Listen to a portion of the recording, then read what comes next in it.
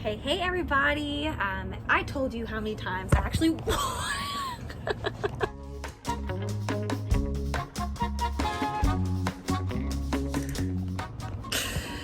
Oh, let's try this again. Oh, great. Okay. Will you stay? Will you stay? You will stay. If I told you how many times I tried to record this video, too many times. It's been way too many times. So I decided I'm going to come out here, and really the goal of this video is to do a devotion. Now, if you've been following my blog for a long time, you know that devotion is kind of my sweet spot. That's my relationship with God is my everything, and I always want to put Him first in all that I do.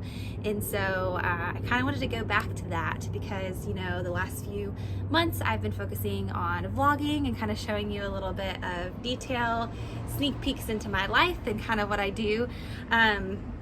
But I have been diving really deep into Second Chronicles, First and Second Chronicles specifically, but today I'm going to talk about Second Chronicles, and I kind of wanted to share with you where I'm at and hope that this gives you inspiration, all under 10 minutes, because all the other videos I filmed were like 20 to 30 minutes, and I can ramble really, really well.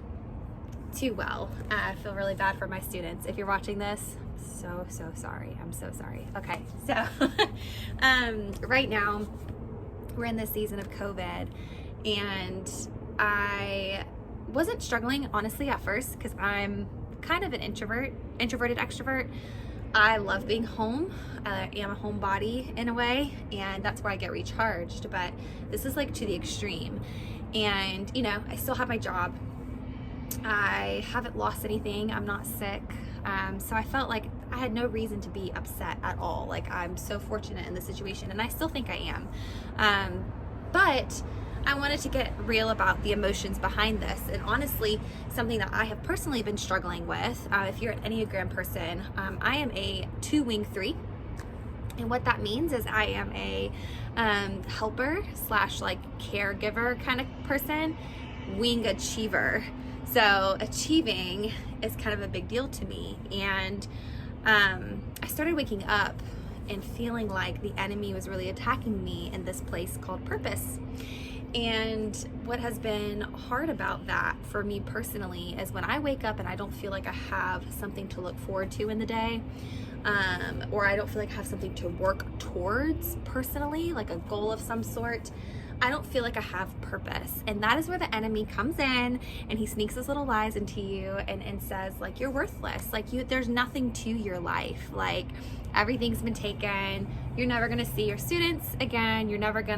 Life isn't gonna be normal again. And he tries to put you in this mindset that you are weak instead of strong. Any way that he can make you feel weak, he's gonna do that. And right now, you know, I feel like when you put a lot of pride in your work and then that work is taken from you, it's humbling.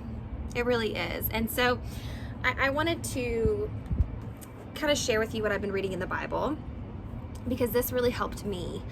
So much so that when last time I filmed this, I started crying in the middle of it. I feel like God was really speaking to me in the middle of my video last time, and that's why it was 30 minutes. So I'm condensing it. But I do want to share with you what I'm reading about. So in Second Chronicles, if you're familiar with the Bible, you know that Second Chronicles is when Solomon becomes king. So King David was First Chronicles, and his son Solomon is Second Chronicles. And so Second Chronicles starts out with King Solomon, and if you know anything about Solomon, he is known for being very wise and seeking wisdom from the Lord, and that is a beautiful thing in itself that I want to talk about too. But Solomon sets the example from the get-go of his reign. The first thing you hear about in his reign is that he leads his people to the Ark of the Covenant in the tabernacle to worship. And that's the first thing he does in chapter 1, verses 1 through 6 in Second Chronicles.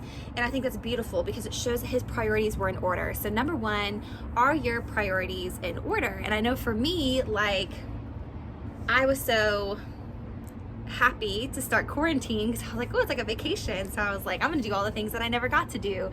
And it kind of threw my priorities out of whack a little bit, honestly. I mean, I'm not saying that there's anything wrong with boredom busters. I mean, you saw my last video. I thoroughly enjoy my boredom busters, but I'm just saying, like, if there's ever a time to focus on what God is doing in this season, it's now. It is definitely now. So his priorities were in order. He was dedicating his kingship and his reign. His people followed him and worship at the ark with him. So his priorities were in order. And then we get to verse 7, and Solomon approaches God. You know, God asks Solomon, you know, what do you need? What do you want? And what he says to God is that and he says this so humbly too, is how he says it is so beautiful, that he realized how daunting of a task this whole being a king and building the temple was. You know, King David his dad thought that he was the one that was supposed to build the temple, and God was like, oh, no. Your son is going to build the temple that holds the Ark of the Covenant, which is a really big deal. And David obeyed the Lord and let Solomon do it. And Solomon realized that's a big ask. And that's kind of what the season feels like. Honestly, it feels just legit daunting. It feels kind of daunting some days. Some days it's better than others, but some days it feels daunting. Like, the unknown is scary, and the new things that you have to learn for your job, or spending more time with your family or with a husband, especially if you are not in a good relationship. That's not my personal issue, but I mean, yeah, my husband and I have been spending a lot more time together, and I'm sure he's looking at this video and going, yeah, she's been annoying. I've been moody. But what's even more special about Solomon is in his prayer to the Lord, when he asks God for wisdom, he doesn't just ask God for wisdom so he could be like the best king in the world. He asked God for wisdom so that he could put God's sheep first. He asked God for wisdom on how to lead his people, knowing that those people were not Solomon's people, but that they were the Lord's people. How can I lead your sheep better? And it's good for us to remind ourselves, whether we are mothers or fathers or siblings or teachers in a leadership position, that our leadership doesn't stop just because COVID started. You know, like, just because there's a virus doesn't mean we're still not leading. It's just going to be leading in a different way. We're going to be leading on video. We're going to be leading on social media. We're going to be leading through phone calls and text messages and FaceTimes, but we're still leading and we're still setting an example. And I encourage you, something that I've asked God every single day is, God, give me wisdom in this season, because I can't do this without you. And that's going to lead me to a point here in a second. But the third thing and this is where I got so emotional yesterday, was that God told Solomon to build a temple. And not only was Solomon obedient to do that, but he gave his best effort. And I believe that spirit of excellence, which is something that my in-laws have taught me probably the best out of anybody, is so important. Solomon recruited the best resources and the best craftsmen to complete that temple with excellence. He didn't just book a temple. Like, he wanted that temple to be something special to the Lord. And so he spared no expense. And I feel like in this time, it's so easy. I was talking to my students the other day. It's so easy to not feel motivated to do your best work when you're at home. At home, you feel lazy. And I know I do. That's why I have to go into my classroom every day. Even though my classroom's empty, I have to go in. Why? Because it sparks this spirit of excellence in me to want to still do the Lord's work, but do it well. So whatever you put your hands to, the Lord blesses, especially if you're working with excellence unto Him. So that's just a little reminder. And I think the reason why I got emotional about it yesterday is because I started talking about my kids, and I started crying because I miss them a lot, to be honest. So I want to make sure I'm doing my job with excellence so I can still lead them through the season.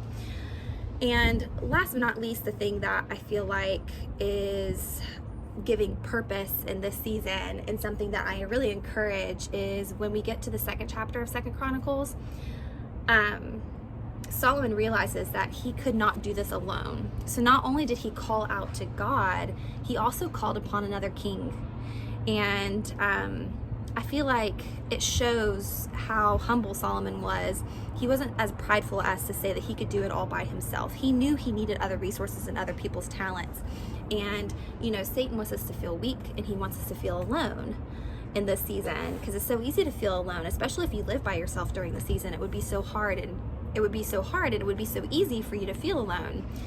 But that's where the devil wants us to feel weak. We have nothing to prove to others by saying that we can do it by ourselves. You should not be doing the season alone. You need to call on others to help you through this season, to do it with community. And honestly, I feel like I have friends reaching out to me more in this season than ever, because I think people realize now that we don't have it, how important community really, really is. And one of the unfortunate things about King Solomon, even though he did this amazing temple, is that he did not finish well. He was one of the 5 kings in the Bible who did not finish his reign off very well. He started super strong. So maybe you started this whole season of quarantine super strong, but now that we're looking at maybe a deadline, which could possibly be May. I know in my town it's May 8th, maybe, that we can start going out again. You want to finish well, because not everyone does. We may start well and start strong, but then we may finish crawling, right? Or on our knees or on the floor. I want to finish well. I want to wake up and not give into the lies of the enemy saying that I don't have purpose. I want to wake up and do my work with excellence, just like I was before this season, if not better. I want to wake up and I want to call on friends whenever I'm feeling down. And I want to look at tasks, and even though they may seem daunting, I want to ask God for wisdom, knowing that He holds the answers and that He is so ever present in this season of my life. And also, I want to make sure that my priorities are straight. And so these points have really helped me whenever I wake up, to remind myself that God, give me wisdom for today. Help me through this season. I want to finish well. I want to finish this season well onto my next season. And I hope it encouraged you too. I love you guys. I am so happy to do a devotion again, and I will definitely be doing more.